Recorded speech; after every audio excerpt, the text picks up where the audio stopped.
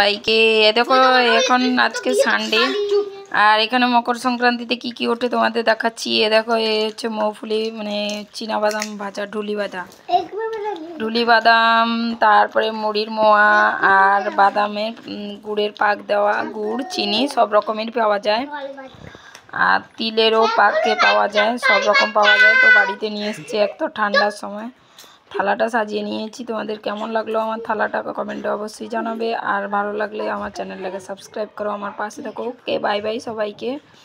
আর এর পরেরটা দেখো আমি দেখিনি, আমি ভেবেছি এই দুটোই নিয়ে এসছে, কিন্তু আর একটা কিছু নিয়ে এসছে, তো সেটা পরে দিল, তাই সেটা পরে সাজিয়েছি। এটা হচ্ছে গিয়ে যে বাদাম, চীনা বাদাম, যে না চীনা বাদামের গুড়ের পাক দেওয়া, এটা হচ্ছে কি বলে গুড় পাট্টি বলে এখানে। আর দেখো মুড়ির নাড়ুগুলো এত বড় বড়, আমার মুখে আর প্রচণ্ড শক্ত, মনে হচ্ছে দাঁত ভেঙে যাবে।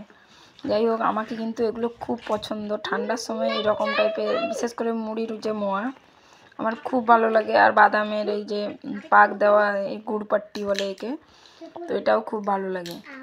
তো তোমাদের কেমন লাগলো, আর কারা কারা মুড়ির মোয়া খেয়েছো সংক্রান্তিতে অবশ্যই কমেন্টে জানাবে।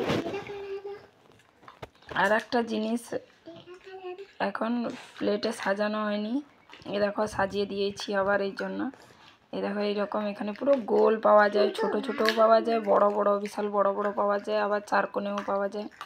তো তোমাদের ভিডিওটা কেমন লাগলো অবশ্যই জানাবে, ভালো লাগলে আমার চ্যানেলটাকে সাবস্ক্রাইব করো, আমার পাশে থাকো। ওকে বাই বাই সবাইকে, গুড নাইট।